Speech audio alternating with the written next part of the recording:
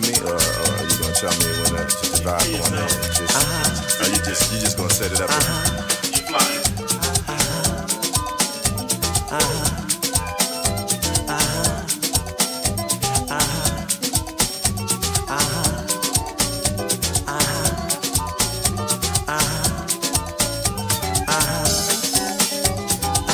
I was just waiting for those horns.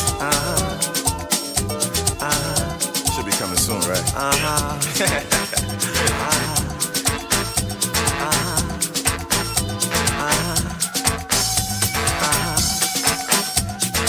What you feeling down for? No, I like that.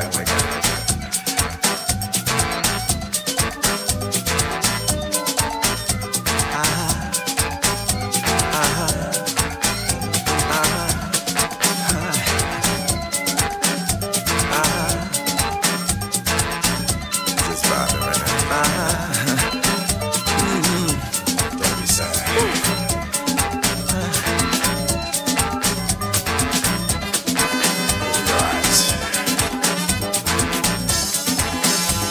The sun is shining.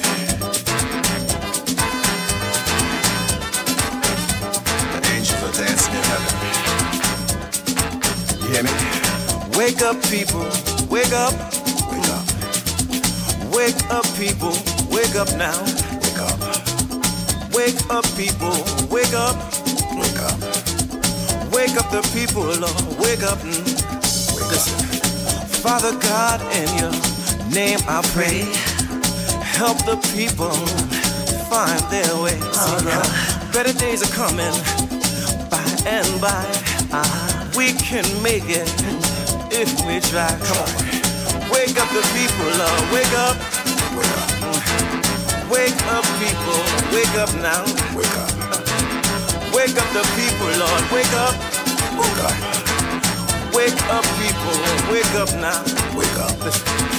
Father God, in your name I pray. Help the people find their way. Look around and then I see a little old man and a homeless lady. They don't have no food to eat. Father, give them a warm place to sleep. Come on, wake up the people, wake up. Wake up. Wake up the people, Lord, wake up. Wake up. Wake up. Wake up. Wake up, people, wake up. Wake up. Wake up, people, wake up now. Wake up. Wake up. Wake up. Wake up the people, wake up. Wake up, people, wake up now. Storms will come and the storms will go. The earth may quake and still the souls of the ones we love, and some will die. Some shall But die. they're in heaven, so dry your eyes. Dry your eyes. Celebrate life. Don't you cry. Jump for joy. Jump for joy. Like a baby with a toy. Little baby. Wake up, people, wake up. Wake up, wake up, wake up. Wake up, people, wake up now. Wake up. Wake up. Wake up, people, wake up. Dry your eyes. Wake up the people, Lord, wake up now. Don't you cry. Hello family, this is Brother Jegna here. Again, another Afrocentricity book show. Don't forget every Sunday, between 4 and 6, the Afrocentricity book show. We'll look at the best books from the African world, from the African point of view. There could be African scholars, lectures, essays, you name it, we'll be looking at these things, yeah? But the key thing is, we'll be looking at it from our own perspective, in line with our values, in line with our interests, okay? In line with our culture. So we are continuing to read the great book, the classic book called The Black Jacobins by C.L.R. James. We are in the second chapter. I hope we had a good week. Before we start, let me just say this show is sponsored by Glass R Us, 7307 Sisters Road. That's Glass R Us, 7307 Sisters Road, N15. Please go to Glass R Us for all your glazing needs. Double glazing, glass repairs, tabletops, mirrors, splashbacks, banisters, balconies, balustrades. Please go to Glass R Us for all your glazing needs. If you mention this show, you'll get a 10% discount. Do not forget, The studio number is 07944 431 366. That's 07944 431 366. So I hope you guys had a great week this week. Many things happen, some good, some bad. A couple of things what spring to my mind is obviously maybe on the bad front is that I saw I think it's from someone's Twitter account, and it said that the young offenders in UK prisons, 51% are black youth. 51% of the youth in these prisons are black youth. But there may be barely 5% of the whole population, but 51% are in prison. So how does that happen? So it's like it's gone back to the 70s again. If you remember in the 70s, they had laws like the sus laws, and they could just say, I saw him doing something, and you'd be arrested. Didn't need any evidence, just that they say so. And it's like we've gone back to there. They're kind of warehousing young youth in the prisons. I'm not quite sure why. They seem to be following what happens in the USA. So that was really the bad news. On the good news, I saw that there's a young lady who has put together like a discount card. If you go to the website, it's called I Love Yummy. So about I Love Jammy, Jamii. So Jamii in Swahili, the East African language, means community. And she's created this card specifically for us to support black businesses. So I Love Jammy, Jamii. So if you buy this card, I think it's something like $14.95. If you shop with black businesses in particular, black businesses, you'll get a nice discount. So if you're interested in this, please if you just Google Jammy, Jamii, which means community, there is a discount card, and if you use this discount card, you'll get a discount. So I think that was really good. So as you know, we need to support all these businesses in our communities. Money leave our communities far, far too quickly. Some communities, the black pound stays in there. Our community, the black pound, doesn't take long for it to leave, yeah? So it's very important that we support our family, their stores, their businesses, yeah? In every respect we can, yeah? It's very important because we love to give our money to people who actually don't actually like us. And they take our money and then they say bad words under their breath as we leave the shore, yeah? But they're very glad to count our money. So what we're going to do, guys, we're going to move on with the Black Jacobins. The Black Jacobins, the subtitle is Toussaint Louverture and the San Domingo Revolution. So 1804, the 1st of January, 1804, was the creation of the new nation called Haiti, who freed themselves from domination from the French. And this book, C.L.R. James, is about that. It goes all through who was on the island, what the international view was, and what happened on the island. So it's an excellent book, The Black Jacobins, by C.L.R. James, very great writer. There's a library in London named after C.L.R. James. And the book is Toussaint Louverture and the San Domingo Revolution. So we're in the second chapter, and I'm going to continue now. The town life is the nurse of civilization. But apart from Port-au-Prince, the capital, and Cap Francois, which is another major town, the towns of San Domingo at the height of its prosperity were little more than villages. In 1789, St. Mark had only 150 houses. Mole St. Nicholas, the Gibraltar of the Caribbean Sea, had only 250. Legoin, one of the most important towns in the Western Province, consisted of between 300 and 400 houses, laid out in 15 streets. Jacmel, one of the key towns in the south, had only 40. Even Cap Francois, the Paris of the Antilles, and the entrepot of the European trade, had a population of only 20,000 people, of whom half were actually enslaved. Yet Le Cap, as its family was called, was a town famous in its time, in its unique way. And incessant activity reigned there, with its harbour always filled with ships and its streets with merchandise. But it too bore the imprint of savagery. which seemed inseparable from everything connected to San Domingo. One of the most distinguished colonial historians, Moray Saint Marie, admits that the streets were sewers and that the people threw all their garbage into them. The government begged people in vain not to commit nuisances in the street, to be careful of the deposition of fecal matter, not to let sheep, pigs and goats wander loose.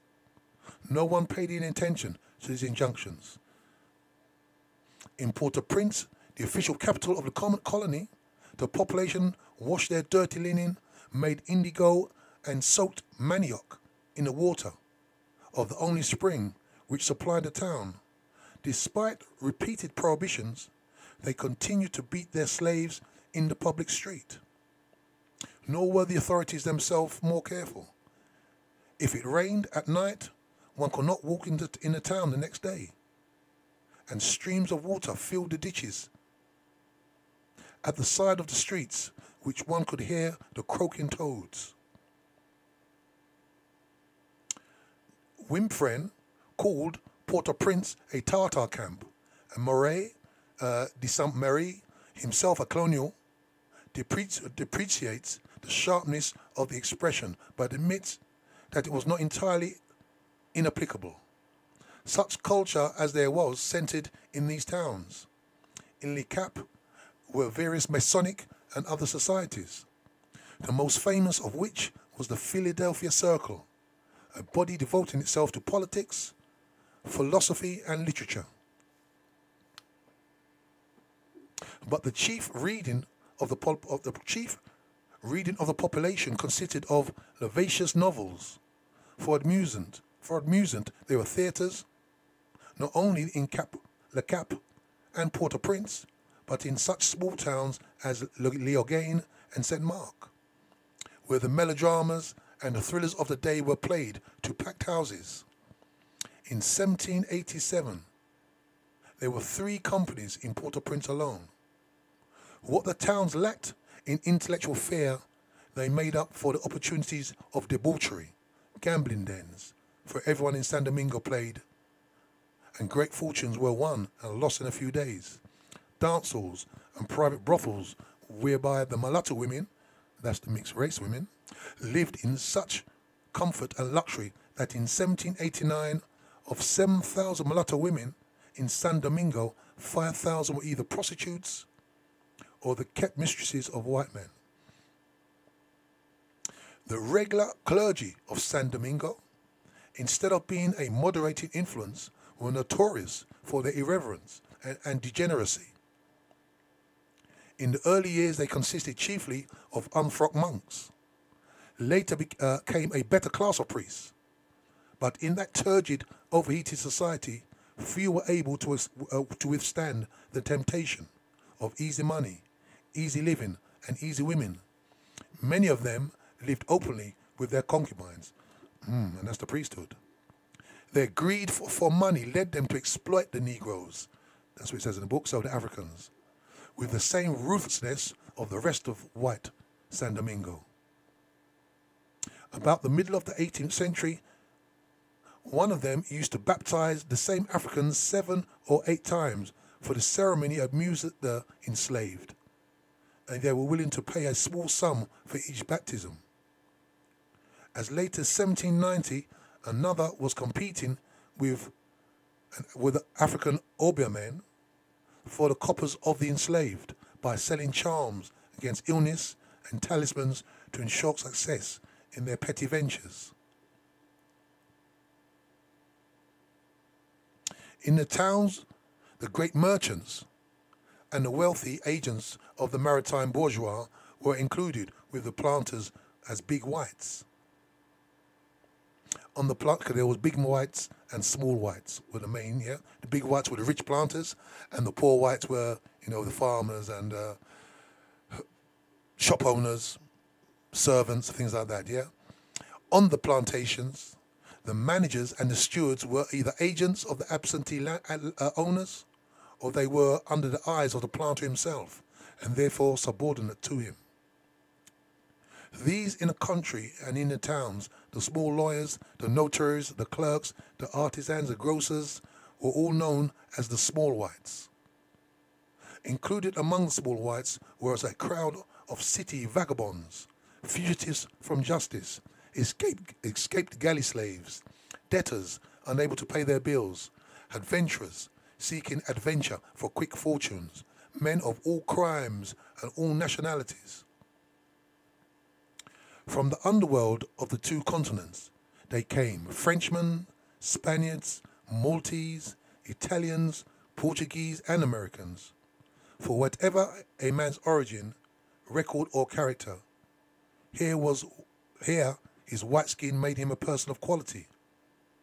And rejected or failures in their own country flocked to San Domingo, where consideration was achieved.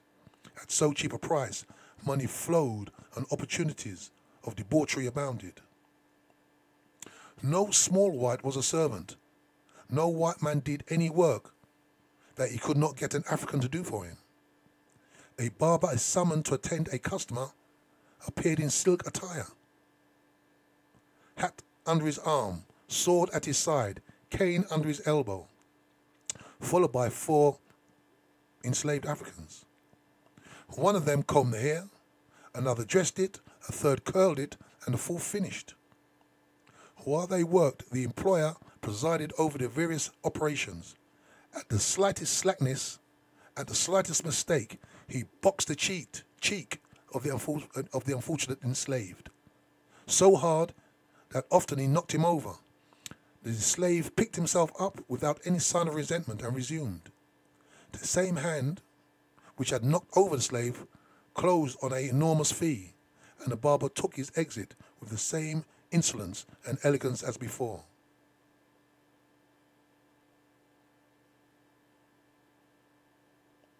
This was the type for whom race prejudice was more important than even the possession of slaves, of which they held few. The distinction between a white man and a man of color was for them fundamental. It was their all. In defense of it, they would bring down the whole of their world. Big whites, this is the very wealthy, and small whites did not exhaust the white population of San Domingo. Over them both was the bureaucracy, composed mostly entirely of Frenchmen from France who governed the island. So basically these were the people, the bureaucracy was the people sent over from France, from the French government, to run the island, to make sure the money flowed back to France. The head of the bureaucracy were the governors and the intendant. The governor was an official representative of the king, with all that this implies, even to this day, in the administration of distant colonies. His official salary might be as much as 100,000 livres a year, which no doubt was a fortune. Beside the profit common to such posts in the 20th, as well as the 18th century, the granting of concessions, the acting on the quiet as agent for European merchandise in the colonies and for colonial merchandise in Europe. A French nobleman was as greedy for a governorship in San Domingo as his British counterpart for a viceroy in India. In 1787, the governor was a brother to the French ambassador in London, and he left the post of governor to become Minister of the Marine. Next to the governor was the intendant, who was responsible for justice, finance, and general administration, and sometimes drew a salary of 80,000 livres a year. The governor was a soldier and aristocrat. The intendant was a bureaucrat, and the military and the civil were constantly at variance.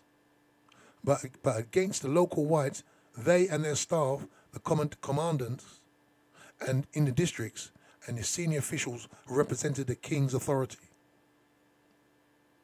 and the commercial privileges of the French bourgeoisie. They could arrest without warrant. They could refuse to carry out the instructions of the ministers. They could force the members of the local advisory council to resign, and they could grant favors, pronounce confiscations, and increase taxes. In fact,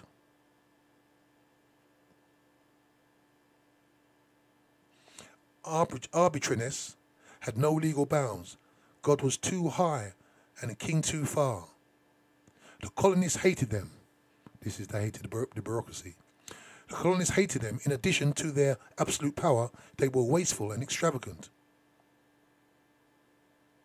Their malversations were constant and enormous, and they treated the local whites with arrogance and superciliousness. The local whites, with their arrogance, that galled these little potentates with their 200 or 300 slaves. There were good and bad governors, good and bad intendants, as were good or bad slave owners. But this was a matter of pure chance. It was a system that was bad. There was some pretense at local self-government, both in La Cap and in Port-au-Prince. There were local councils which registered the royal edicts and decisions of the local government. Shortly before the revolution, there was also appointed a council of the richest and most powerful of the whites, who were supposed to represent the local opinion. But the intendants, like the governor in the British Legislative Council of today, would accept or reject their advice as he pleased. The bureaucracy, with the source of its power so many thousand miles away, could not depend only on the 2 French regiments in the colony. The 2 French regiments, yet soldiers in the colony. In 1789, the functionaries in San Domingo were the white population of about 30, which numbered about 30,000. Without some mass support, government would have been impossible, bringing with them from France the traditional hostility of the absolute monarchy to the political power of the feudal nobility. The bureaucrats sought a counterweight to the power of the planters in the small whites of the town and the country. The chief complaint of the small whites was against the militia, which policed the districts and frequently encroached on the intendant's administration of justice and finance. To these complaints, the intendant was always sympathetic. In 1760, one intendant went so far as to dissolve the militia altogether and appointed syndics to carry on the local government. The colony was thrown into disorder. The home government had to re-establish the militia and restore the former powers of the military. Straight away, an insurrection broke out on Ireland, led by the local justices of the peace, lawyers, notaries, and prosecutors. The planters complained that the supporters of this rebellion were the lowest section of the population. In one district, 3 Portuguese Jews, a notary, a steward, a tailor, shoemaker, a butcher's assistant, and a former soldier of the ranks. The scorn of the planters is overwhelming for these rascals who have occasioned these troubles, of whom we can say with justice that they are the vilest canal, whose fathers and mothers have been lackeys or domestic servants, or even of our origin still lower. So what we notice here is that, I'm digressing shortly, is that the whites didn't like each other. They was constantly fighting against each other, because there were about 4 or 5 different sections of the whites. However, they all came together against the blacks and the mulattoes. You had so-called mulattoes, the mixed race people, but generally they used to fight each other. Yeah, as we'll see later on. This happened big time just before the revolution started. It was not only their lowly origin which justified the attack of the planters upon the small whites. Tailors and butchers and soldiers from the ranks were to play the decisive part in the French Revolution, and by their spontaneous efforts saved Paris from a counter-revolution at home and abroad. But most of the small whites were a rabble and filled with no important function in the economy of the colony. If every single one of them had been deported from the country, such work as they did could have been done by the free mulattoes, free blacks, and even slaves. They were not an integral part of the San Domingo society, either by function, birth, or tradition. But they were white, and as such, of use to the bureaucracy. In 1771, we find the intendant again complaining of military tyranny. Since the militia are re-established, he complains, the officers are every day depriving the ordinary judges of their prerogatives. Here then was the first great division, that between the great whites and the small whites, with the bureaucracy balancing between and encouraging the small whites. Nothing could assuage or solve the conflict. The moment the revolution begins in France, these two will spring at each other's and fight to the finish. There was another class of free men in San Domingo, the free mulattoes and free blacks. Neither legislation nor the growth of race prejudice could destroy the attraction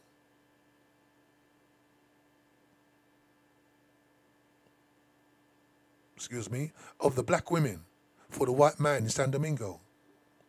It was a characteristic of all classes, the rabble on the shore front, the planter or overseer who chose a slave to pass the night with him and drove her from his bed to the lash of the slave driver the next morning. A governor of the colony, newly arrived from France, who was disturbed at finding himself seized with a passion for the handsomest of his 4 black maids.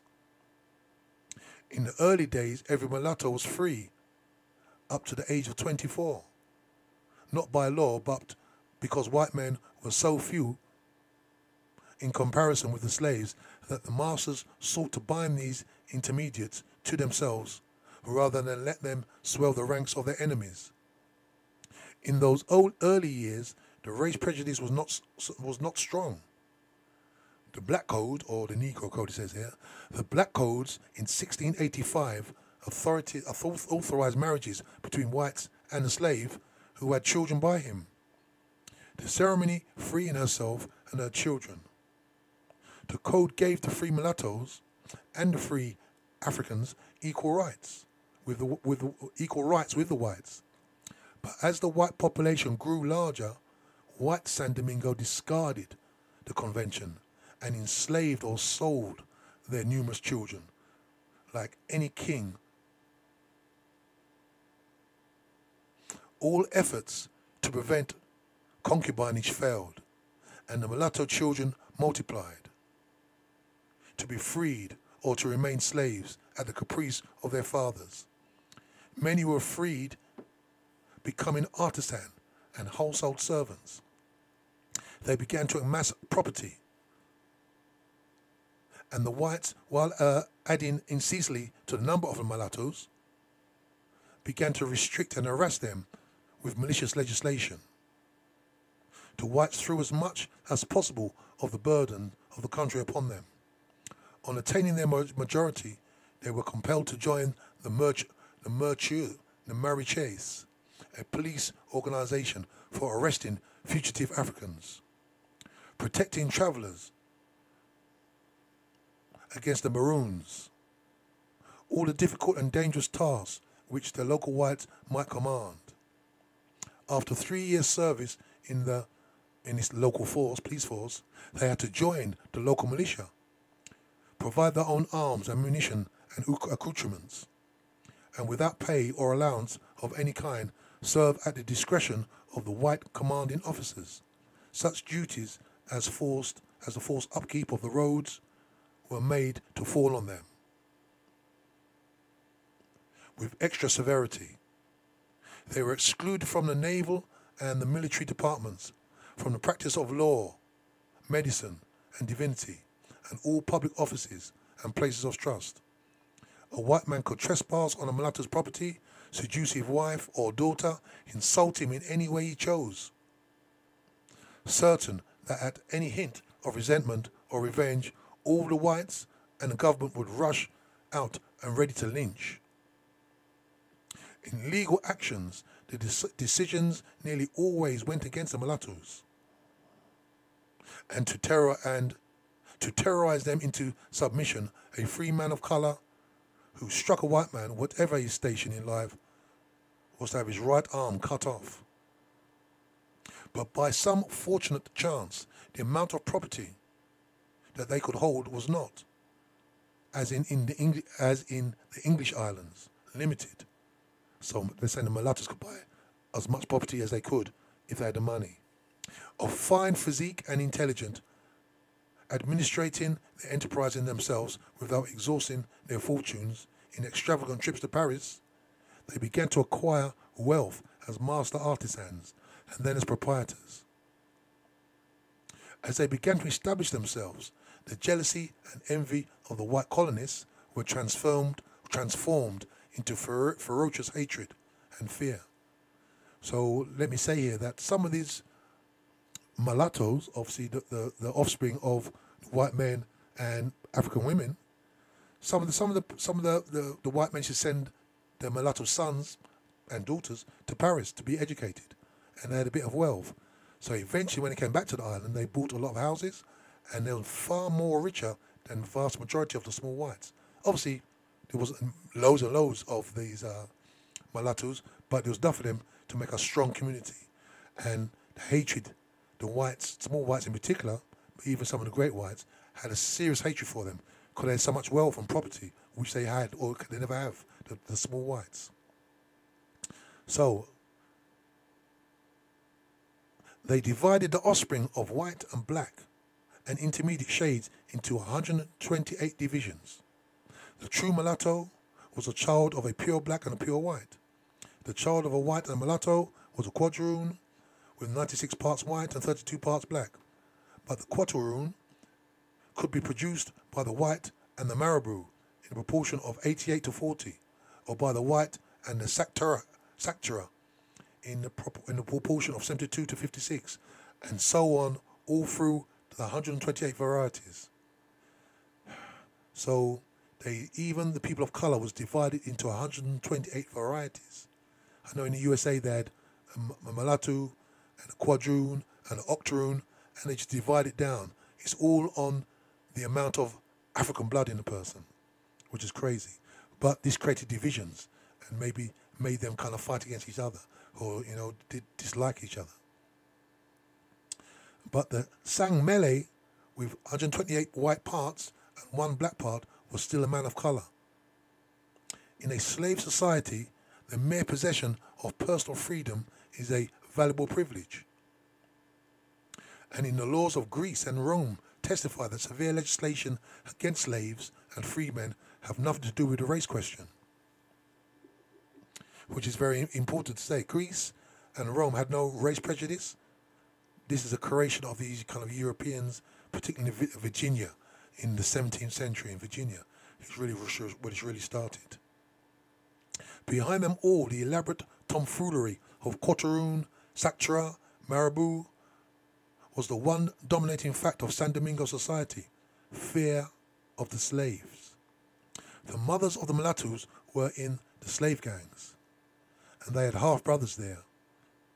And however much the mulatto himself might despise this half of his origin, he was at home among the slaves.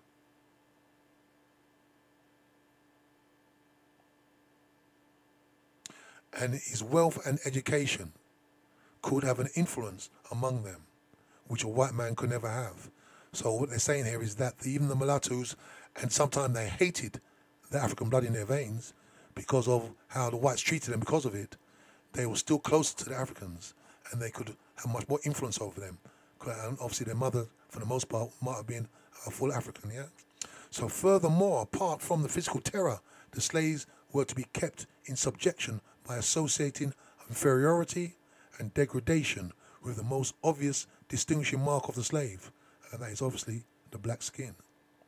Few of the slaves being able to read, colonists did not hesitate to say openly, it is essential to maintain a great distance between those who obey and those who command. One of the surest means of doing this is the perpetuation of the imprint that slavery has once given. No mulatto, therefore, whatever his number of white parts, was allowed to assume the name of his white father. So this is the Afrocentricity Book Show. We are reading The Black Jacobins by C.L.R. James. We are reading the second chapter. Don't forget that the studio number is 07944 431 366. 07944 431 366. Please text in with your comments, yeah? Any statements? I'd be very interested to hear them, yeah? So I'll continue. We're reading the second chapter, which is called Property. And obviously the property, my apologies, these are the owners, which were basically the white people, yeah? So, but despite these restrictions, the mulattoes continued to make great progress. By 1755, little more than 3 generations after these black codes, so-called Negro codes, they were beginning to fill the colony, and their growing numbers and riches were causing alarm to the whites. And let me just say, this is a joke, really, isn't it? Because the whites are creating these mulatto classes by having their way with African women, and then all of a sudden they're being alarmed. So why don't they stop having their way with these women? But there you are. These are the contradictions in life. They lived, ran a report, like their forebears, on the local vegetables, drinking no wine, confining themselves to the local liquors brewed from the sugarcane. Thus, their personal consumption contributed nothing to the maintenance of the important trade with France. Their sober way of living and their small expenditure enabled them to put away most of their income every year. They accumulated immense capital and grew more arrogant as their wealth increased. They bid for all the properties on sale in the various districts and raised prices to such a fantastic heights that the whites, who were not wealthy, could not buy, or ruined themselves by attempting to keep pace with them. Thus, in some districts, the finest properties were in the possession of these half-castes, so-called half-castes, and yet they were everywhere the least ready to submit the statute labour and the public dues. Their plantations were a sanctuary and an asylum of the free men who had neither work nor profession, and of the numerous fugitive slaves who had run away from their gangs. Being so rich, they imitated the style of the whites and sought to drown all traces of their origin.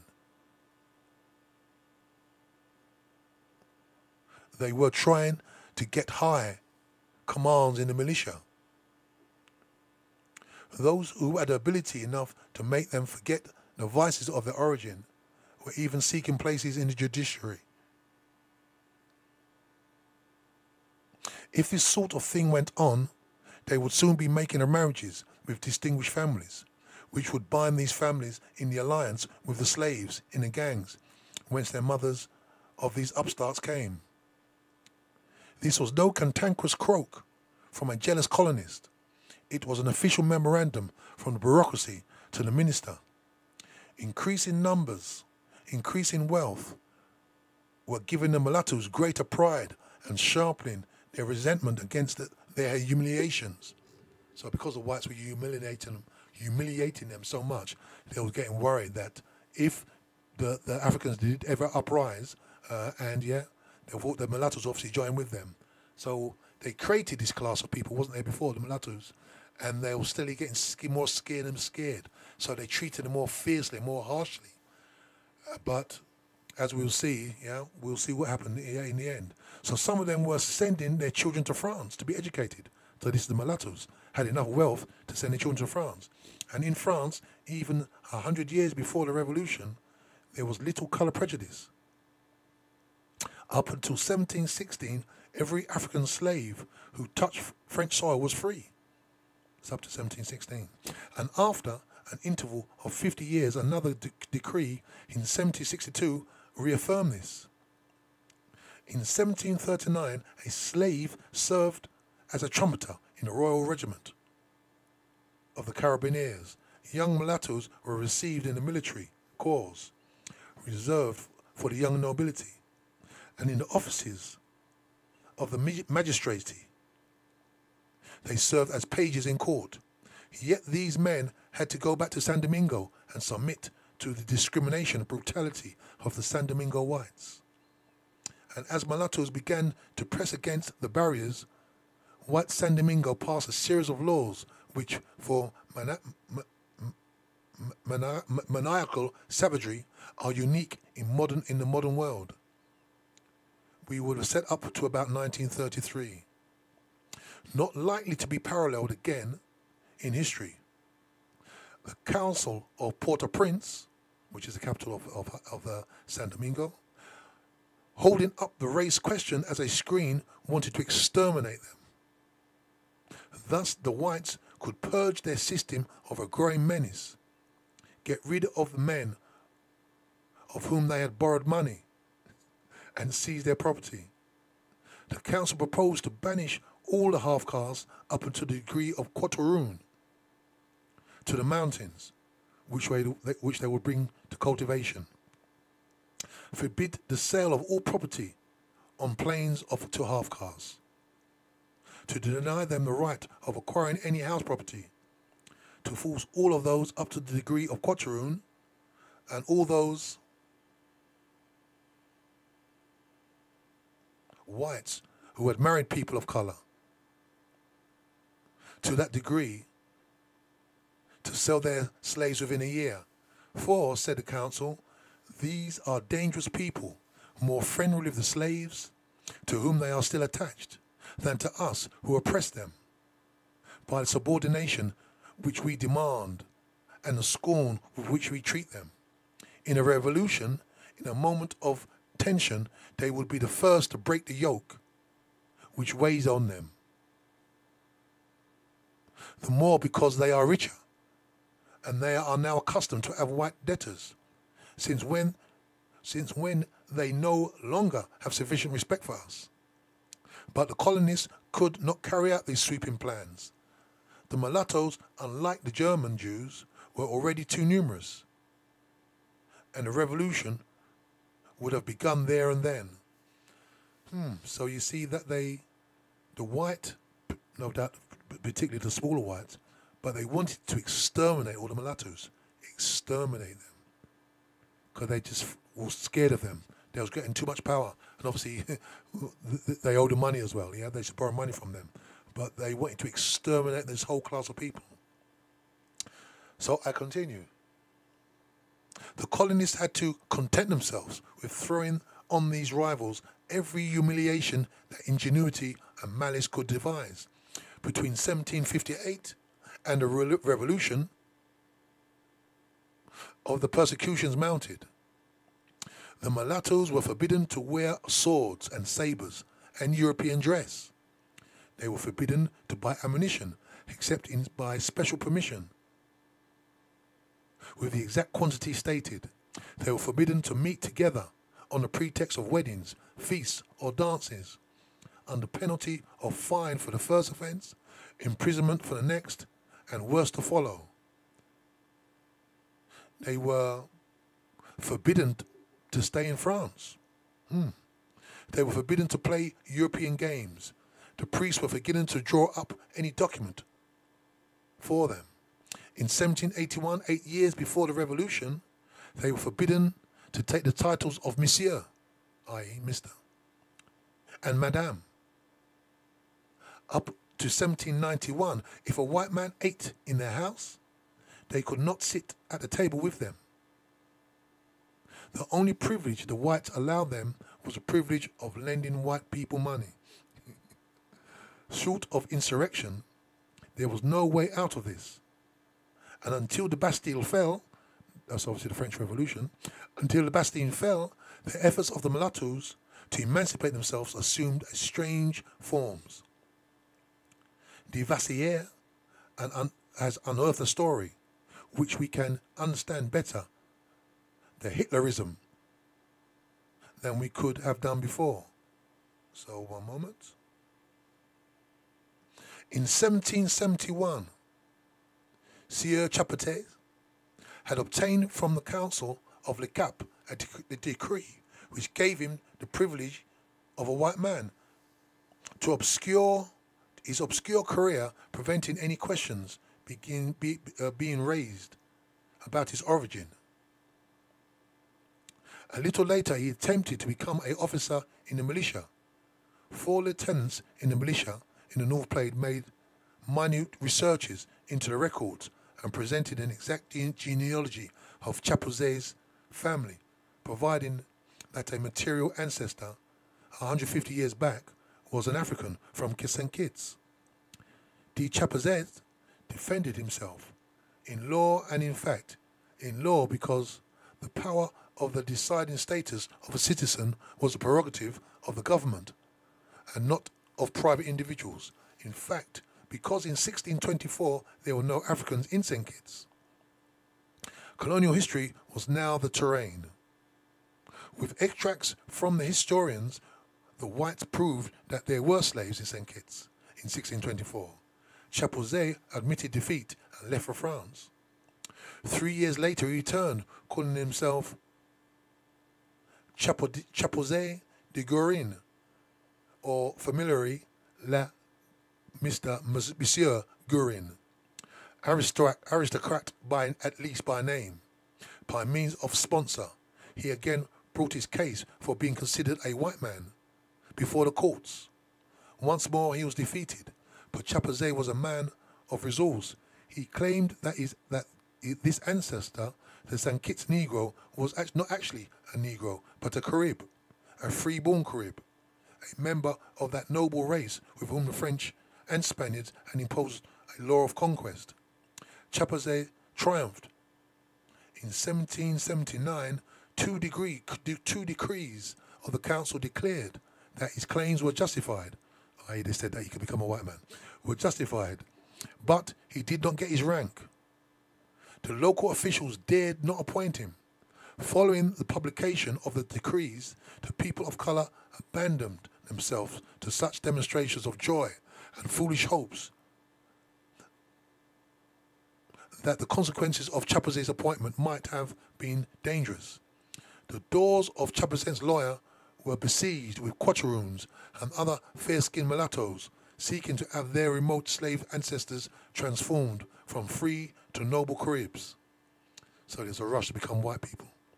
The advantages of being white were so obvious that race prejudice against the Africans permeated the minds.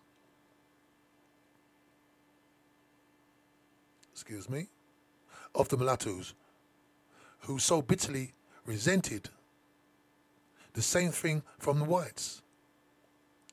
Black slaves and mulattoes hated each other, even while in words and by their successes in life. In many of their actions, mulattoes demonstrated the falseness of the white claim to inherent superiority. Yet the man of colour who was nearly white despised the man of colour who was only half white, who in turn despised the man of colour who was a quarter white, and so on through all the shades. The free blacks, comparatively speaking, were not many, and so despised was the black skin that even a mulatto slave felt himself superior to the black slave. Very interesting. The mulatto, rather than be a slave, the mulatto, rather than be a slave, would rather be a slave than to be black, would have killed himself. It all reads like a cross between a nightmare and a bad joke. But all these distinctions still exercise their influence in the West Indies today. While whites in Britain dislike the half-caste more than the full-blooded Negro, whites in the West Indies favour the half-caste against the blacks. These, however, are matters of social prestige. But the racial discrimination in Africa today are, as they were in San Domingo, matters of government policy, enforced by bullets and bayonets. And we have lived to see the rulers of European nations make the Aryan grandmother a precious for their fellow countrymen. As the Carib ancestor was for the mulatto. The cause in each case was the same: the justification of plunder by an obvious differentiation of those holding power. It is well to remind the reader that a trained observer travelling to the West Indies in 1935 says of the coloured men there, a few at the top, judges, barristers, doctors, whatever the shade or colour, could hold their own in any circle. A great many more of the intellectual equals or superiors of their white contemporaries. Many of the mulattoes and free blacks were backward in comparison with the whites, but their capacity was perfectly obvious in San Domingo in the years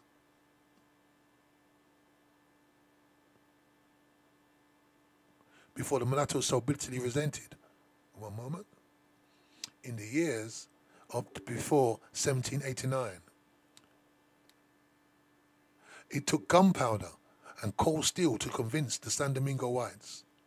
And if, as we have seen, the most intelligent of them did not delude himself about the materialistic origins of their prejudice, excuse me, I just lost my page.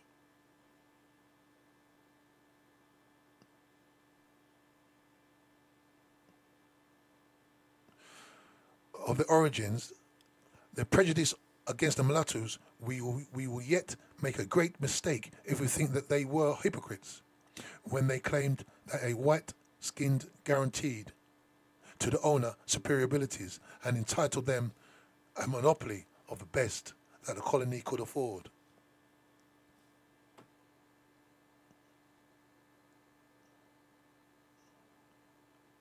Excuse me.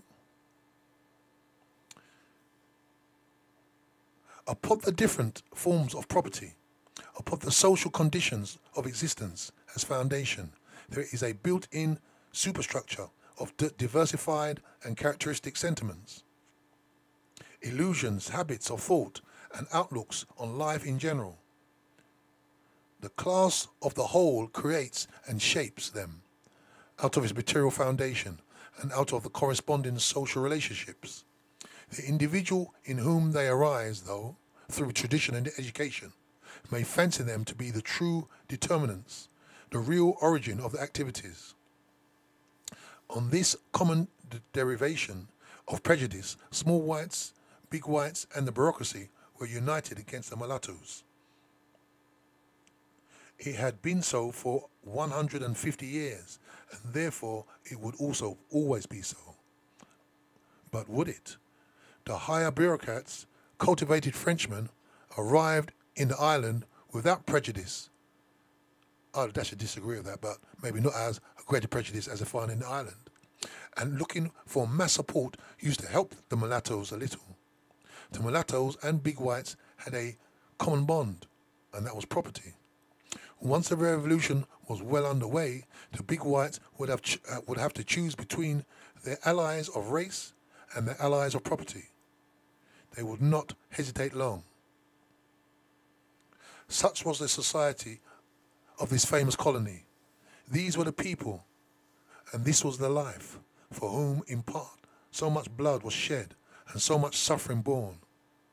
The best minds of the time had no illusion about it.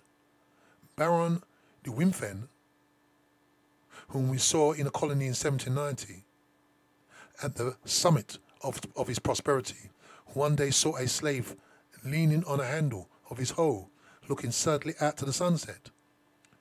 "What are you looking at, Nazimbo?" he asked. "What are you looking at?" Nazimbo extended his hand towards the setting sun. "I see my own country," he replied, and the tears rolled down his eyes. "I saw my own country there also," said de Wimpfen to himself, "and I have the hope of seeing it again one day. But you, poor African, you will never see yours again." Educated, liberal, and common slave alike detested the place. A few months later, de Wimpfen left and put his opinion on record. It is a fitting epitaph to that society, with which 3 years was to be destroyed. Do you wish to know my final word on this country? It is that the more I get to know the men who inhabit it, the more I congratulate myself on leaving it. When one is what When one is what the greater part of the planter are, one is born to own slaves. When one is what the greater part of the slaves are, one is born to be a slave. In this country, everybody is in its place. So what I'm going to do now, I'm going to take a break. This is the Afrocentricity Book Show. We are reading C.L.R. James' classic, The Black Jacobins. We're going to take a short break now. We must remember that this show is sponsored by Glass Are Us. Glass Are Us is on 730 Seven Sisters Road. Go to Glass Are Us for all your glazing needs. You can get them on 0208 800 6663. So we're going to take a short break and we'll be coming back shortly, okay?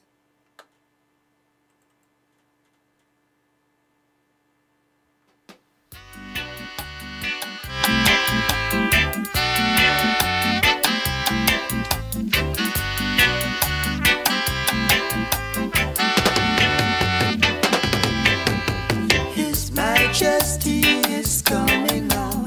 His Majesty is coming now. Rejoice, rejoice. The wicked men them running now. The wicked men them running now. Rejoice, rejoice. Men make war and cause much pain, but now is no. Rejoice, rejoice. Men make war and cause much pain, but now is the time for Jah to win. Yeah, yeah. His Majesty is coming now. His Majesty is coming now. Rejoice, rejoice. Coming. He's coming. You better rejoice. Coming. Yeah, yeah. He's coming. You better rejoice. Yeah, yeah, yeah, yeah, yeah. Coming. Rejoice. Coming.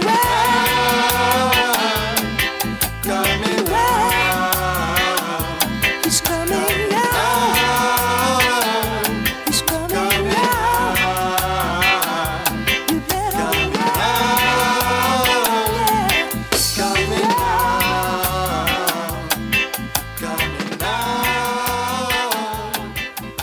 He's coming. You better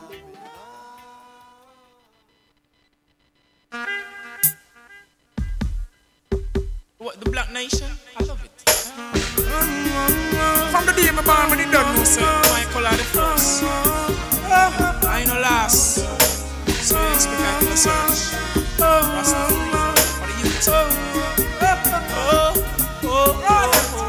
Black woman and child, you, yeah, yeah, yeah. For you I really have so much love. Dollar bills and coins will fade away. Never make I so proud, oh, yeah. Black woman and child, oh yeah, yeah, yeah. For you I got so much love, oh. Dollar bills and coins will fade away. They could never make I proud. Allowed, motherland Africa still remains so fine. Empresses and emperors living from in those times. I know you're the first to give birth and to mankind. Now let me say you're the hurt, being Omega's divine. Yeah. Take her to die and I give thy praise. That's where my covenant will be always. How have you been going through those stages? You've been away for many days. Love, woman and child, you, yeah, yeah, yeah. For you I really have so much love, Dollar bills and coins will fade away. Only you could make I proud, yeah. Black woman and child, you, yeah, yeah, yeah. For you I really have so much love, dollar bills and will fade away. They never yet make I proud. Who knows who will tread upon your road just to make things great? Oh yeah, you and the children, I see them in front of your face. I say, keep them close as you live, increase their faith. Marcus Garvey don't save him, save the future from AIDS. Oh, natural nature is the way to your needs. You were born as the one to conceive, now let my joy put away your grief. You want a child as smooth as the breeze. Woman and child, you, yeah. For you I'm having so much fun, yeah. Dollar bills and coins will fade away. They could never put I down. Hey, black woman and child, you, yeah. For you I have so much love. Dollar bills and coins will fade away. They would never make I proud. Alone, one those standing at your door, dressed in Ethiopian clothes, coming more and more. Oh, what a lovely day! The blessing is so pure. Someone conceived today of this, I am sure. Yeah. Black woman and child, you, yeah. For you have got so much love. Dollar bills and coins will fade away. They never yet make I proud. Oh, black woman and child, you, yeah. For you I have so much love. Dollar bills and coins will fade away. They never yet make I proud. Say it aloud, Kamal and Africa still remain so fine. Empresses and emperors living from in those times. I know you're the first to give birth unto mankind. Now let me say you're the earth, Queen Omega's divine. Oh, take I to Zion, I give I praise. That's where my covenant will be always. How have you been going through those days, dumping away for many years, yeah. Black woman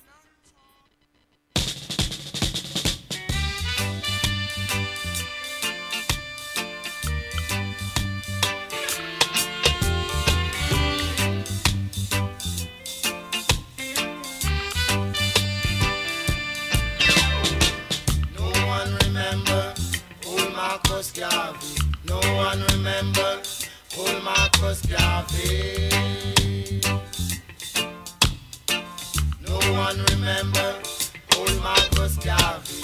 No one remember old Marcus Garvey. No one remember him. No one. Talking about Paul Booker. They've been talking about William Gardner. They've been talking about Norman Washington Manley, including Buster Manton. No one remember old Marcus Garvey. No one remember old Marcus Garvey. Feinstein, Shanty Baptist, Edward Cutter. We get away into Osasa. Stephen disciples of the world, Lord, believe me, yes, they stoned him to death. No one remember old Marcus Garvey. No one remember old Marcus Garvey. This is the right way. This way is the right way. This way is the right way. All what got to do is let true black love arise, and hatred scatter, even melt off out the fire like the wax. Yes, no one remember old Marcus Garvey. No one remember old Marcus Garvey. Children,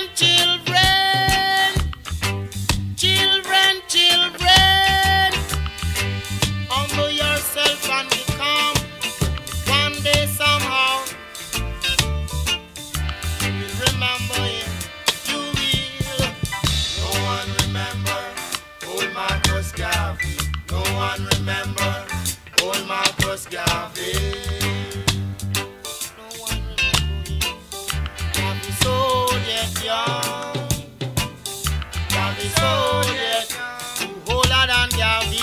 Gavi soul yet young, younger than Gavi. They've been talking about Paul Bogle. They've been talking about William Gordon. They've been talking about Norman Washington Manley, including Bustamante. John the Baptist said, work out hard, put it away into a salsa. Stephen disciples of our Lord, they stoned him to death, to death. No one remember old Marcus Garvey. No one remember old Marcus Garvey. No one remember him, no one. No one remember. No one remember old Marcus Garvey. And that was Old Marcus Garvey by Burning Spear. I'm sure you all know that classic. This is Brother Jegna. This is the Afrocentricity Book Show. We are reading The Black Jacobins by C.L.R. James. We are still on chapter 2. I must remind you this show is sponsored by Glass Are Us, 7307 Sisters Road. And you can get them on 0208 800 6663. That is 0208 800 6663. Please go to Glass Are Us for all your glazing needs. The studio number is 07944 431 366. That is 07944 431 366. So we're going to continue with chapter 2 of the Black Jacobins. Prosperity is not a moral question, and the justifications of San Domingo was prosperity. Never for a century had the Western world known such economic progress. By 1754, 2 years before the beginning of the 7-Year War, there were 599 plantations of sugar, 3,779 of indigo. During the 7 Years' Wars, which is 1756 to 1763, the French Marines swept off the sea by the British Navy could not bring the supplies onto the colony on which the colony depended. The extensive smuggling trade could not supply the deficiency. Thousands of enslaved died from starvation and the upward rise of production, though not halted, was diminished. But after the Treaty of Paris in 1763, the colony made a great stride forward.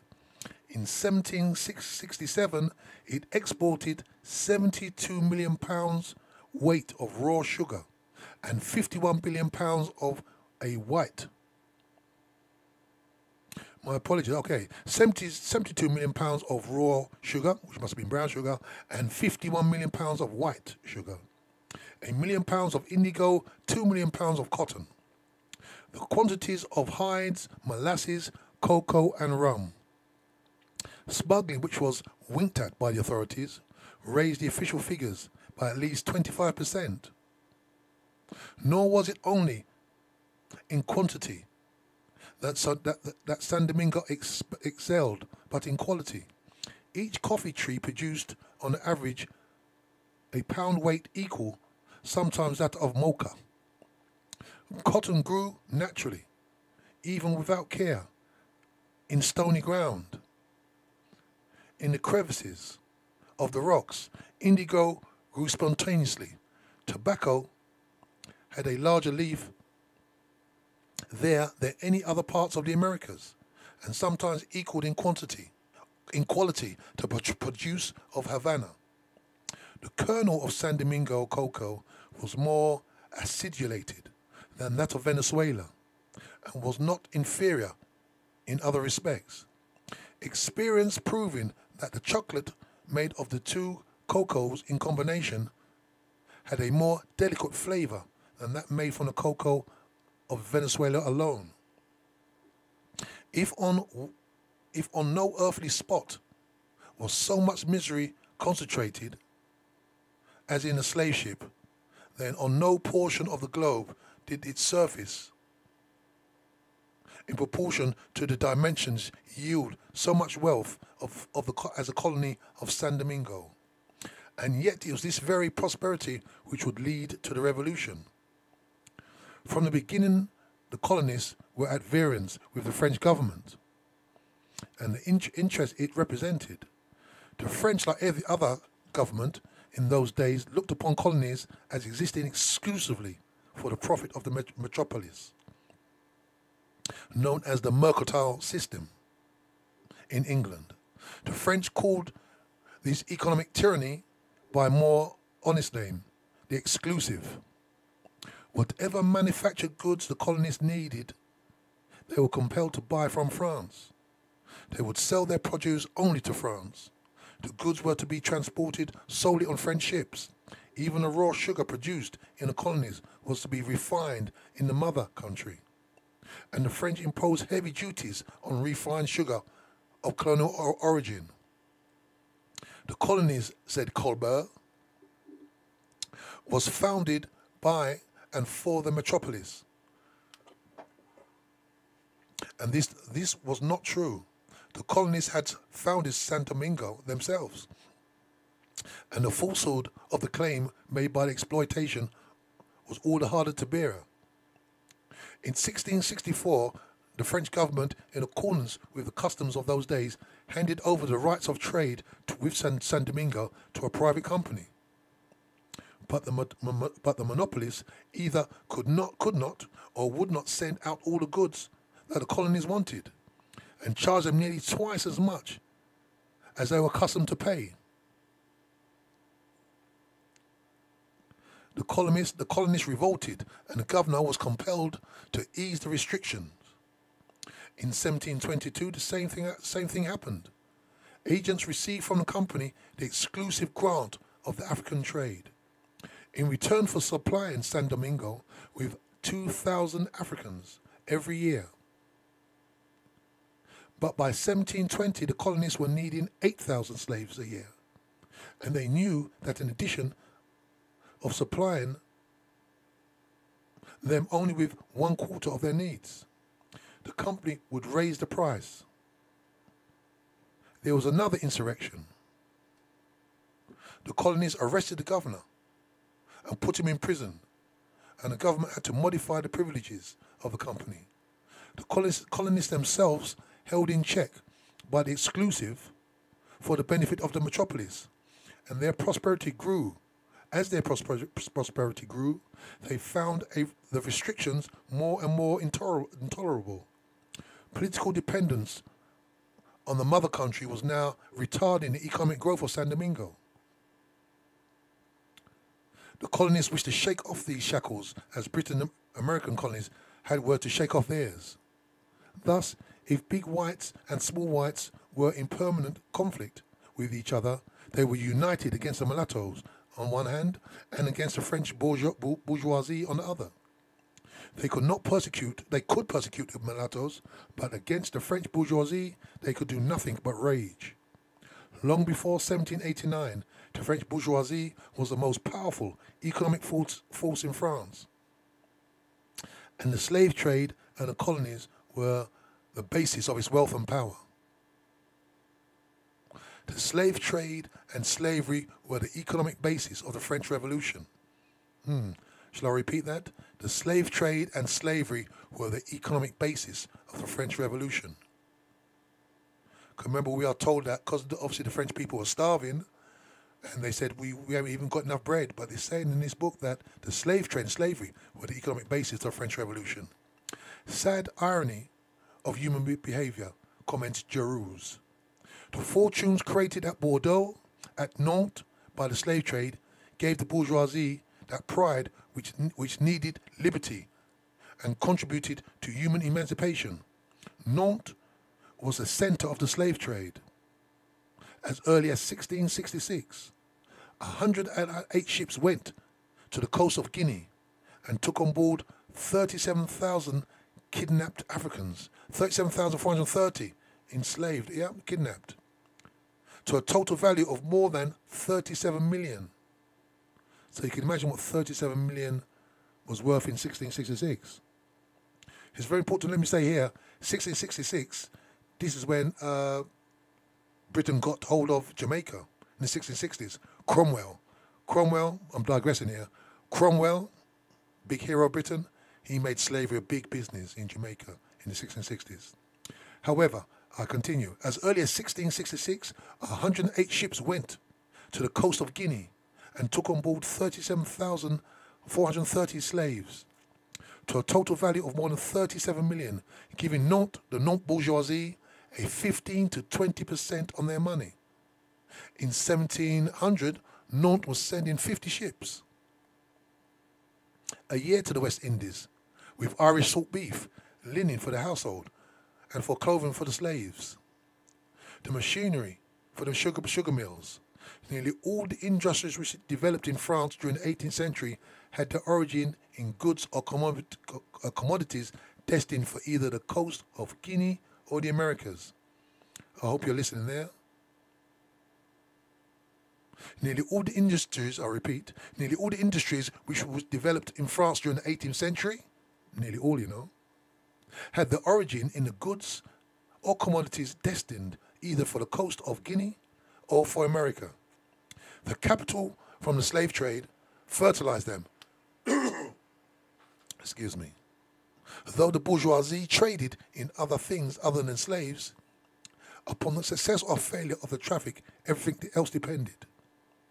Some ships took on the whey wine from Madeira for the colonists, and dry turtle from Cape Verde for the slaves.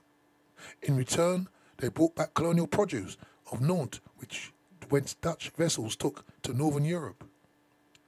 Some made the return journey by way of Spain and Portugal, exchanging their colonial cargo for the products of those countries. 60 ships from Rochelle and Aberon brought their salted cod to Nantes to go to the inland market or out to the colonies to feed the enslaved. The year 1758 saw the first manufactory of Indian cloth to weave the raw cotton of India and the West Indian islands. The planters and small manufacturers of San Domingo were able to establish themselves only by means of the capital advanced by the maritime bourgeoisie. By 1789, the Nantes merchant alone had 50 millions invested in the West Indies.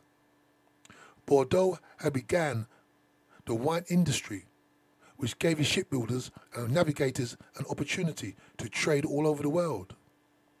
Then came brandy, also to all ports, but above all to the colonies.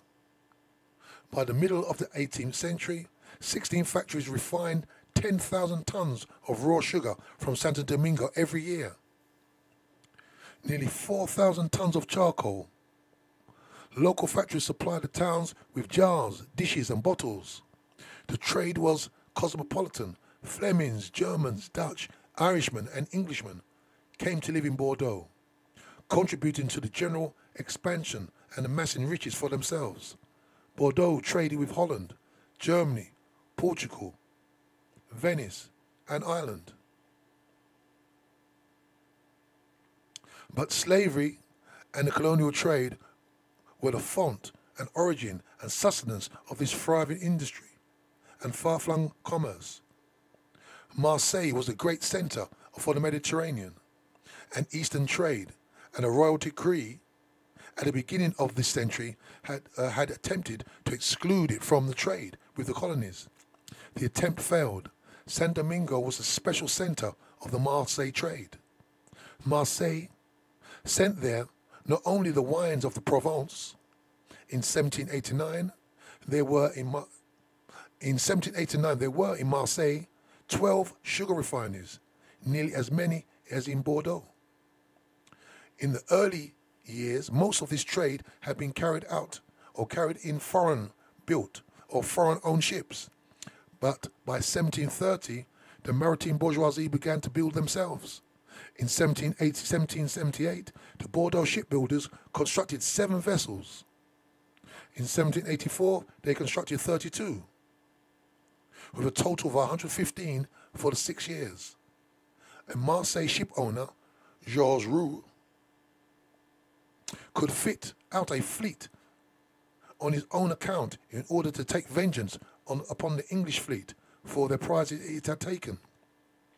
Nantes, Bordeaux, and Marseille were the chief centres of the maritime bourgeoisie, but Orleans, Dieppe, Bercy, Paris, a dozen great towns, refined raw sugar, shared in the subsidiary industries. A large part of the hides worked in France came from Saint Domingo. The flourishing cotton industry of Normandy drew its raw cotton in part from the West Indies. And, excuse me, and all its ramifications, the cotton trade occupied the population of more than 100 French towns. Let me read that again. The flourishing cotton industry of Normandy drew its raw cotton in part from the West Indies, and in all its ramifications, the cotton trade occupied the population of more than 100 French towns. In 1789, the exchanges with the American colonies were 296 million. France exported to the islands 78 million of flour, salted meats, wines and stuffs. The colonies sent to France 280 million of sugar, coffee, cocoa, wood, indigo and hides. Of the 218 millions, imported only 71 millions were consumed in France. The rest was exported after preparation. The total value of the colonies represented 3,000 million, and on them depended the livelihood of a number of Frenchmen, variously estimated at between 2 and 6 million. So between 2 and 6 million Frenchmen, livelihood depended on the enslavement of Africans. By 1789, San Domingo was the market of the New World. It received in its ports 1,587 ships, the greater number than Marseille and France. Used for the San Domingo trade alone, 750 great vessels. Excuse me 1 minute.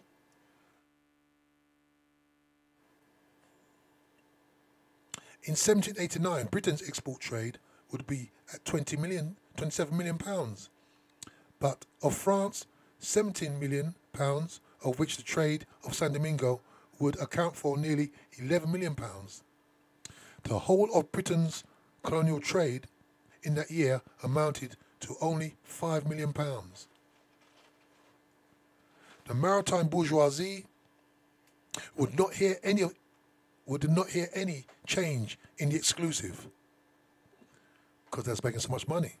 They had the ear of the minister of the government, and not only were the colonists refused permission to trade with foreign countries, but the circulation of all French currency, except the very lowest, was forbidden in the islands, lest the colonies use it to purchase foreign goods. In such a method of trade, they were at the mercy of the bourgeoisie. In 1774, their indebtedness was 200 millions, and by 1789, it was estimated at between 300 to 500 millions. If the colonists complained of the exclusive, the bourgeoisie complained that the colonists would not pay their debts and agitated for stricter measures against the contraband. Rich as was the French bourgeoisie, the colonial trade was too big for it. The British bourgeoisie was successful of slave traders, sold thousands of smuggled slaves every year to the French colonies, and particularly to San Domingo. But even while they sold the slaves to San Domingo, the British were watching the progress of this colony with alarm and with envy. After the independence of America in 1783, this amazing French colony suddenly made such a leap as to almost double its production between 1783 and 1789. In those years, Bordeaux alone invested 100 millions in Saint Domingo. The British bourgeoisie were the great rivals of the French. All through the 18th century, they fought every part of this world. They fought in every part of this world. The French had jumped gleefully to help drive them out of the Americas. Saint Domingo was now incomparably the finest colony in the world, and its possibilities seemed limitless. The British bourgeoisie invested a new situation in the West Indies, and on the basis of what it saw, prepared a bombshell for its rivals. Without the enslaved, Saint Domingo was doomed. The British colonies had enough slaves for all the trade they were ever likely to do. With the tears rolling down their cheeks for the poor suffering blacks, those British bourgeoisie who had no West Indian interests set up a great howl for the abolition of the slave trade.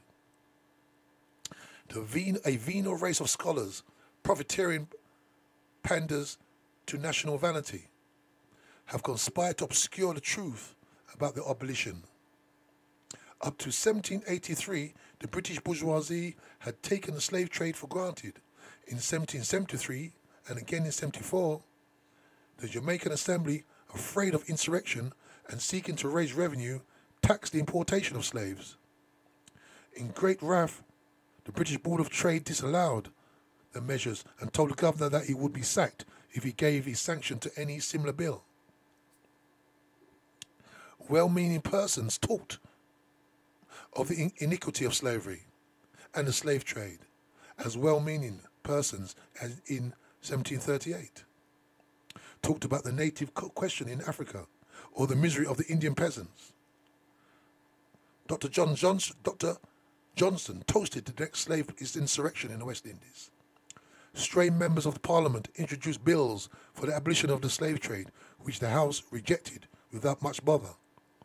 In 1783, Lord North turned down a petition against the trade.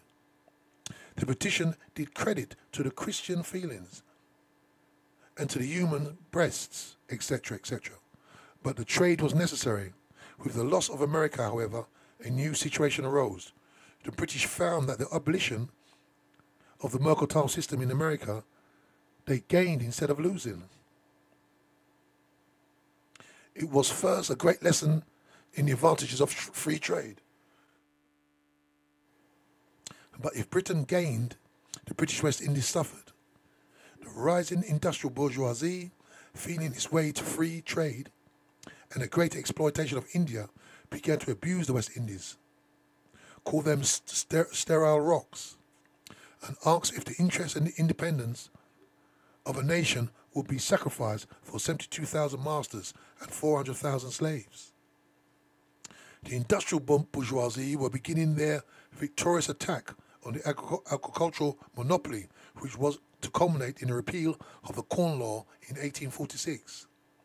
The West Indian planter producers were monopolists, whose method of production afforded an easy target, and Adam Smith and Arthur Young, the forerunners of the new era, condemned the whole principle of slave labor as the most expensive in the world. Besides, why not get sugar from India? India, after the loss of America, assumed a new importance. The British experimented with sugar in Bengal, received the glowing reports, and in 1791, the first shipment arrived. In 1793, Mr. Randall Jackson would preach to his company's shareholders a little sermon on the new orientation.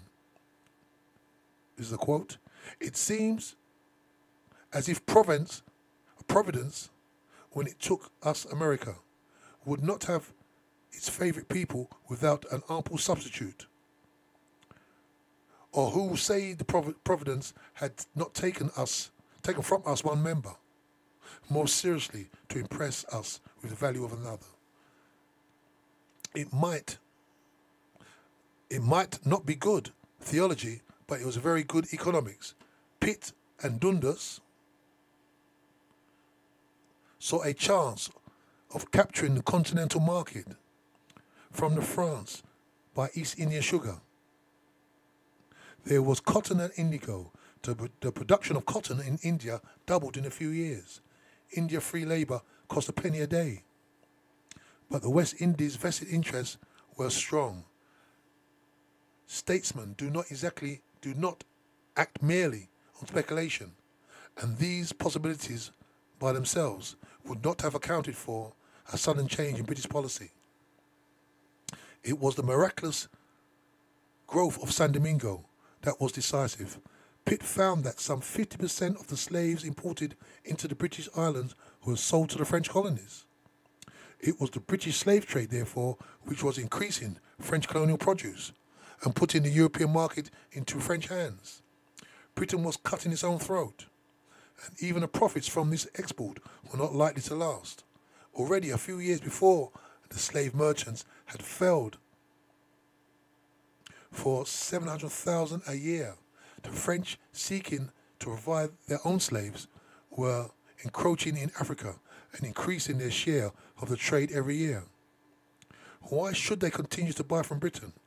Holland and Spain were doing the same. By 1786, Pitt, a disciple of Adam Smith, had seen the light clearly. He asked Wilberforce to undertake the campaign. Wilberforce represented the important division of Yorkshire. He had a great reputation of all humanity, justice, stain, and national character, etc. would sound well coming from him. Pitt was in a hurry. It was, obviously the Prime Minister we're talking about here. Pitt was in a hurry. It was important to bring the trade to a complete stop quickly and suddenly. The French had neither the capital nor the organisation to make good the deficiency at once, and would ruin San Domingo at a stroke. In 1787, he warned Wilberforce that if he did not bring the motion in, somebody else would.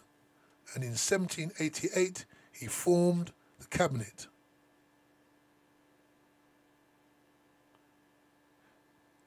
That would not stay in it with those who opposed. Pitt was fairly certain of success in England.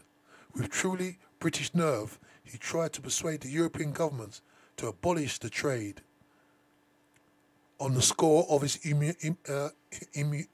inhumanity. The French government discussed the proposal amicably, but by May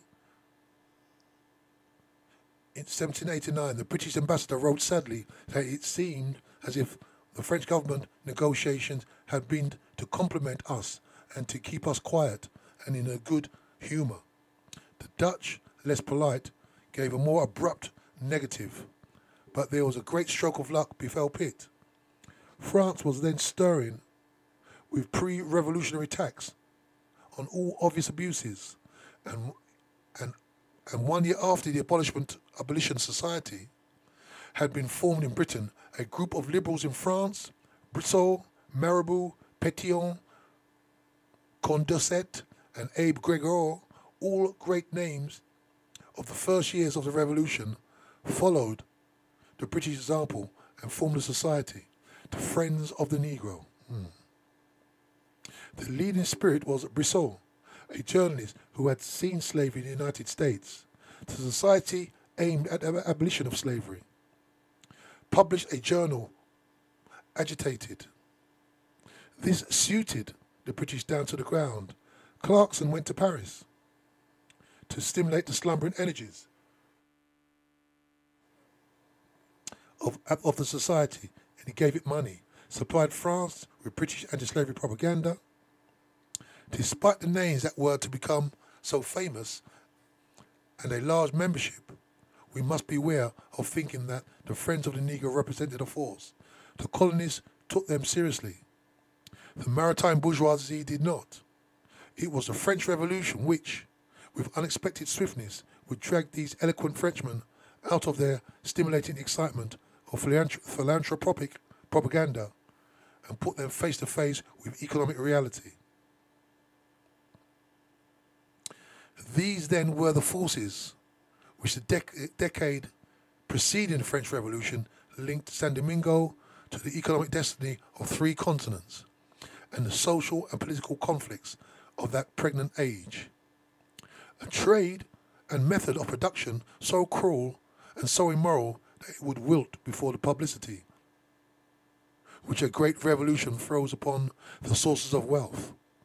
The powerful British government determined to wreck the French commerce in the Antilles, agitating at home and intriguing in France among men who, unbeknown to themselves, would soon have power in their hands. The colonial world was divided, and the French bourgeoisie, each intent upon its own purposes and unaware of the approaching danger, drawing apart instead of closer together. Not one courageous leader. Many courageous leaders were needed, but the science of history was not what it is today, and no man living then could foresee, as we can foresee today, the coming upheavals. Mirabeau indeed said that the colonies slept on the edge of Vesuvius, but for centuries the same thing had been said about the slaves, and nothing has ever been done. I'll just remind you, this is the Afrocentricity book show. We are reading The Black Jacobins by C.L.R. James. How could anyone seriously fear such a wonderful colony? Slavery seemed eternal and the profits mounted. Never before, and perhaps never since, has the world seen anything proportionally so dazzling as the last years of pre-revolutionary San Domingo. Between 1783 and 1789, production nearly doubled. Between 1764 and 1771, the average importation of slaves varied between 10 and 15,000. In 1686, it was 27,000. And from 1787 onwards, the colony was taking more than 40,000 slaves a year. Why did they need so many slaves? I think we know the answer. Production doubled. Who was producing? They was working these Africans to death that they could not reproduce themselves. Africans were living maybe about 5 years, 10 years, they was all dead. And that's why they import 40,000 slaves. So genocide was taking place while these people were making big money. So when we think about going to Versailles and Nantes, all these places, think about how these cities got built, where the wealth came from in the first place. I continue. But the economic prosperity is no guarantee of social stability that rests on the constantly shifting equilibrium between the classes. It was the prosperity of the bourgeoisie that started the English Revolution of the 17th century. With every stride in production, the colony was marching to its doom. The enormous increase in slaves was filling the colony with native Africans, more resentful and more intractable. So because the death rate became so ridiculously high, they had to import more and more Africans into the colony. But these Africans coming from Africa had all their culture intact. And they wouldn't take the same thing as Africans maybe born in the Caribbean, who maybe grew up within the French system. These were Africans who knew about war and things like that, okay? So that's these are some of the reasons why the revolution happened. Because these people were coming to San Domingo with their culture, or the African culture intact. And it wasn't going to be play, as we'll see soon, we'll see a bit later on. More ready for rebellion than the Creole Negro. On the 500,000 slaves of the colony in 1789, more than 2/3 have been born in Africa. These enslaved were being used for the opening up of new lands. There was no time to allow for a period of acclimatization, known as the seasoning, and they died like flies. From the earliest days of the colony towards the middle of the 18th century, there had been some improvement in the treatment of the enslaved, but the enormous number of newcomers who had to be broken and terrorized into labor and submission caused an increase in fear and severity. In 1784, the administrators who had visited one of the slave shops which sometimes served as a marketplace, instead of the deck of the slaver, reported a revolting picture of dead and dying thrown pell-mell into the filth. The Lejeune case took place in 1788. In 1790, De Withen states that not one article of the Negro Code was obeyed. He himself had sat on a table with a woman, beautiful, rich, and very much admired, who had a careless cook thrown into the oven. I hope you heard that. This beautiful, rich woman, no doubt very cultured, she had an African woman thrown into an oven because maybe she burnt her cakes. This is the genocide that was going on in San Domingo. The problem of feeding the enormous increase in the slave population was making the struggle between the planters and the maritime bourgeoisie over the exclusive more bitter than ever. The planters, after 1783, had forced a slight breach in the straitjacket which clasped them. Having tasted blood, they wanted more. Mulattoes educated in Paris during the 7 Years' War had come home, and their education and accomplishments filled the colonists with hatred and envy and fear. It was these last years that saw the fiercest legislation against them. Forbidden to go to France, where they learned things that was not good for them, i.e. freedom. They stayed at home to increase the strength of the dissatisfied.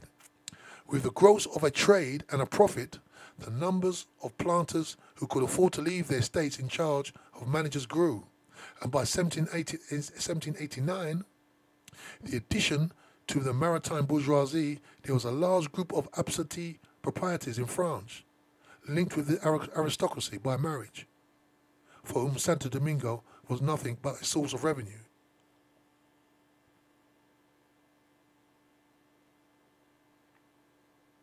To be spent on the luxurious living of aristocratic Paris. So far had these parasites penetrated into the French aristocracy that a memoir from San Domingo to the king could say, "Sire, your court is Creole," without too much stretch of the truth. The prosperity affected even the slaves. More of them could save money, buy their freedom, and enter the promised land. This was the San Domingo of 1789, the most profitable colony in the world. San Domingo, let me just say, it produced, at this age, it produced something like nearly 6% of all French wealth came from San Domingo. Nearly 60% of all French wealth for the French nation came from San Domingo. This was San Domingo of 1789, the most profitable colony in the world had ever known. To the casual eye, the most flourishing and prosperous possession on the face of the globe. To the analysts of society torn by inner and outer contradictions, which in 4 years would split that structure into as many pieces as they could never be put back together again. It was the French bourgeoisie which pressed the button. This strange San Domingo society was but a garish exaggeration, a crazy caricature of the ancient regime in France. The ancient regime is like how it was ruled, like the royalty, how it was ruled, yeah, the old ways in France. The royalist bureaucracy, incompetent and wasteful, could not manage the finances of France. The aristocracy and the clergy bled the peasantry dry, impeded the economic development of the country, gobbled up all the best places, and considered themselves almost as superior to the able and vigorous bourgeoisie of the white planters, considered themselves superior to the mulattoes. But the French bourgeoisie was too proud, and no members were prouder than the maritime bourgeoisie. These are the people who run the ships to and fro all these lands, who are gaining great profit. We have seen their wealth. They knew that they were the foundation of the country's prosperity. They were buying up the land of the aristocracy. They built great schools and universities. They read Voltaire and Rousseau.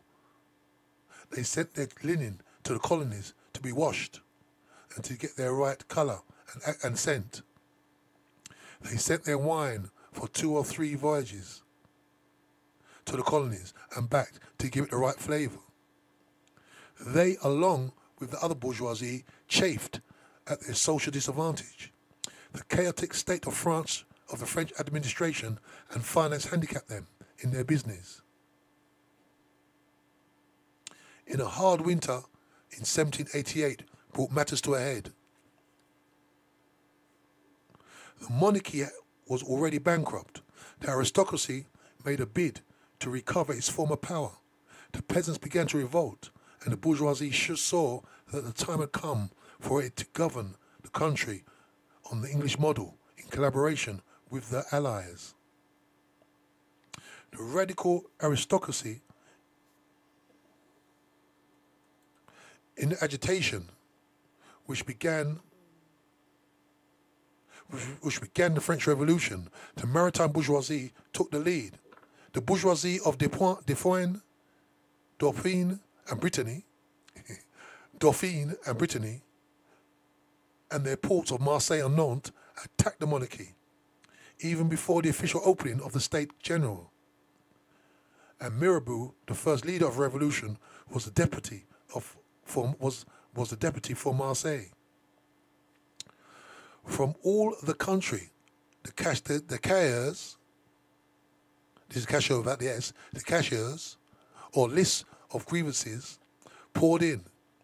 But the French people, like the vast majority of the Europeans today, had too many grievances of their own to be concerned about the suffering of Africans. And only a few cashiers, chiefs from the clergy, demanded the abolition of slavery.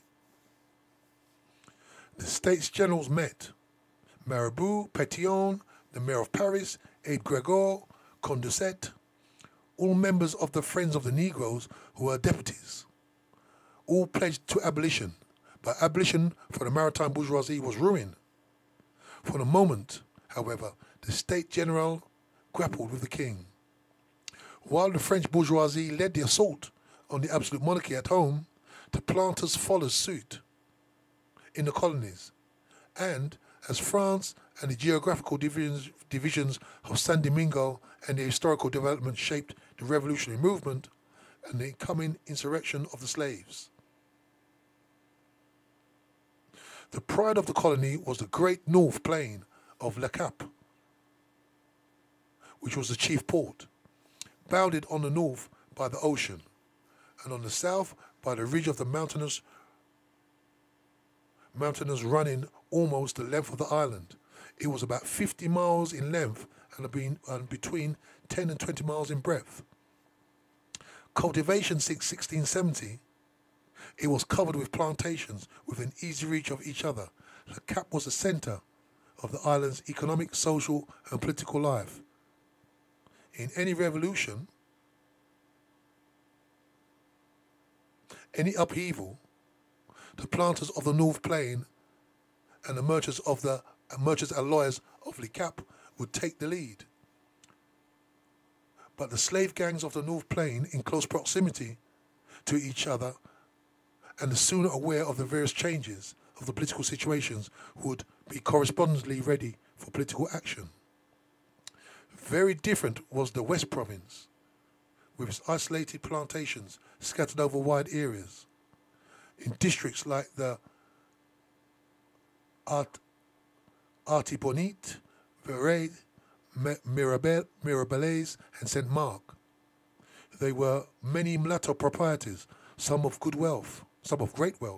The southern province was a sort of pariah, somewhat sparsely populated, with the majority of mulattoes. The eastern end, Cape Tilburn, was only some 50 miles from Jamaica, and here the contraband made trade was particularly strong. Early in 1788, the Northern Province took the lead. It formed a secret committee to secure representations to the States General. In Paris, the group of wealthy absentee noblemen formed a committee for the same purpose. The two groups collaborated, and the Paris noblemen refused to accept the veto of the king. At the end of 1788, the colonists summoned electoral assemblies and elected a delegation, some of whom consisted of their allies in Paris. Their cahiers, they claimed abolition of military justice, an institution of civil judiciary, all legislation and taxes to be voted by provincial assemblies, subject only to the approval of the king and the colonial committee, sitting in Paris, but elected by themselves. By restricting political rights to the owners of the land, the planters effectively excluded the small whites who took little interest in all the agitations. Of the slaves and mulattoes, they said not a word. Slaves did not count, and the mulattoes secured permission from the frightened bureaucracy to send a deputation to Paris on their own accord. But a number of the planters at home and quite a few in Paris, the Club Massaic, viewed this desire to be represented in the States General with distrust. The agitation for abolition of the slave trade in England and the propaganda of the Friends of the Negro, the revolutionary temper in France, filled them with forbearance or foreboding. The representation in the States General, as in France, by a few deputies could effect nothing, and it would bring into full glare of publicity and awakening political interest on the state of the society in San Domingo, which was exactly what they did not want. But while the pro-presentation group were in a minority, having a positive aim, they were bold, they were bold and confident. Their opponents, with bad consciences and aiming only at avoiding trouble, could oppose not defective resistance.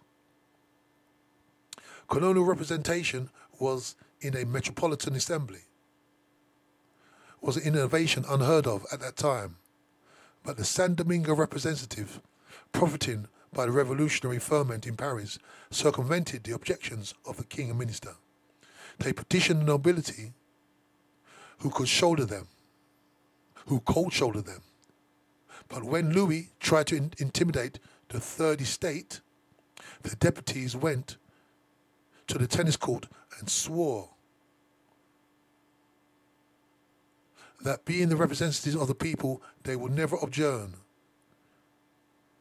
Guy d'Arcy, leader of the colonists, boldly led this group of colonial noblemen into the historic meeting. Out of gratitude for his unexpected support, the bourgeoisie welcomed them, and thus France admitted the principle of colonial representation. Full of confidence, these slave owners claimed 18 seats, but Marabout turned fiercely on them.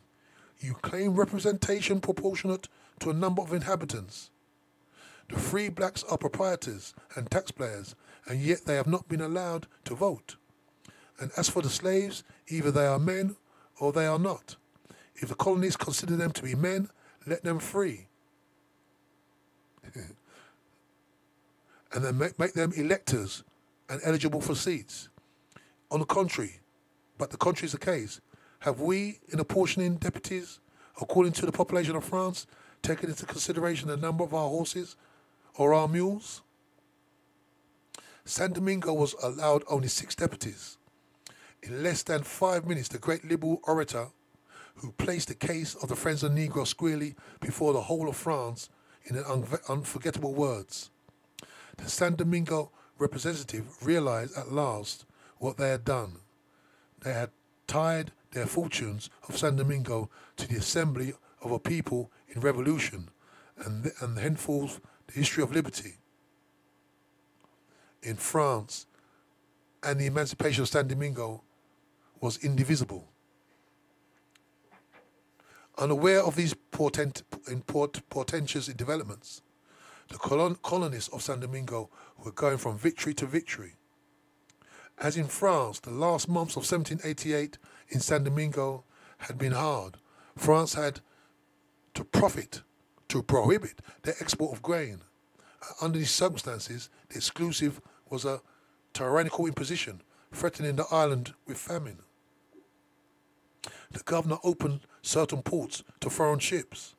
The intendant, Bob de Marbos, agreed to the first small breaches but refused to sanction the extension. The matter went to the King's Council, who repudiated the governor and recalled him and appointed a new governor. With the colonies calling for the blood of the intendant, this was a situation when, on a day in September, a boat sailed into the harbour, and the captain, hurrying ashore, ran down the streets of Le Cap, shouting the news of the 14th of July.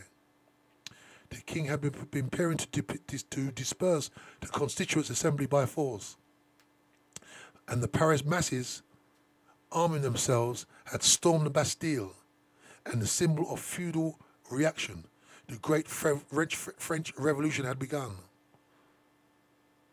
And that is the end of chapter 2. So this is the end of the show now. It's 6 o'clock. Next week I'll start with chapter 3, which is called The Parliament and the Property. Always remember, what we do for ourselves depends on what we think of ourselves. And what we think of ourselves depends on what we know about ourselves. And what we know about ourselves depends on what we've been taught about ourselves, okay? So that's why we do this show, so everybody is aware of who they are, where they're coming from, and where they're going, yeah? It's important that we know ourselves. We look for the world through the eyes of other people, which is no good for us, yeah? We've been doing it for far too long. This book show is all about us understanding who we are, our past, and understanding our future. When we understand our past, that will give us group unity. And with group unity, we can move forward together. So this is the Afrocentricity book show. Signing off, this is Brother Jegna. I love you guys bad. I'll see you next week, yeah? You have a great week, and I'll catch you all next week, yeah? One love. Should be coming soon, right?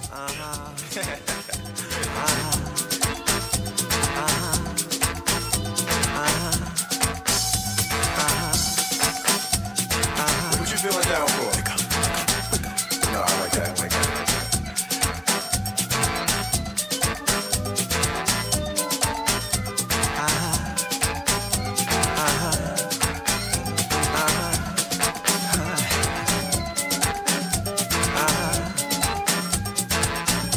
Just vibing right now. Don't be sad.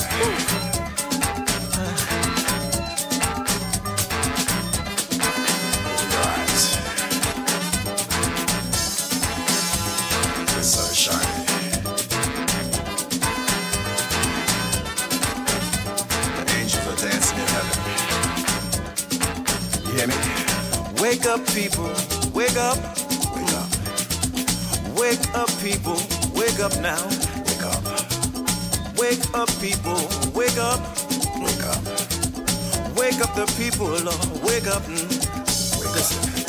Father God, in your name I pray. Help the people find their way. Better days are coming by and by. We can make it if we try. Come on. Wake up the people, Lord. Wake up. Wake up. Wake up, people. Wake up now. Wake up. Wake up the people, Lord. Wake up. Wake up. Wake up, people. Wake up now. Wake up. Father God, in your name I pray. Help the people find their way. Look around and then I see a little old man and a homeless lady. They don't have no food to eat. Father, give them a warm place to sleep. Come on, wake up the people, wake up. Wake up. Wake up the people, Lord, wake up. Wake up. Wake up. Wake up. Wake up, people, wake up. Wake up. Wake up, people, wake up now. Wake up. Wake up. Wake up. Wake up the people, wake up. Wake up, people, wake up now. Storms will come and the storms will go. The earth may quake and still the souls of the ones we love and Some will die, some shall but die. they're in heaven, so dry your eyes. Celebrate life, Don't you cry. jump for joy, Jump for joy. like a baby with a toy. Little baby. Wake up, people, wake up. Wake up, wake up, wake up. Wake up, people, wake up now. Wake up, wake up, wake up. Wake up, people, wake up. Dry your eyes. Wake up the people, Lord, wake up now. Don't you cry. Wake up the people, wake up. Wake up. Wake up the people, Lord, wake up. Wake up now. Wake up the people, Lord, wake up.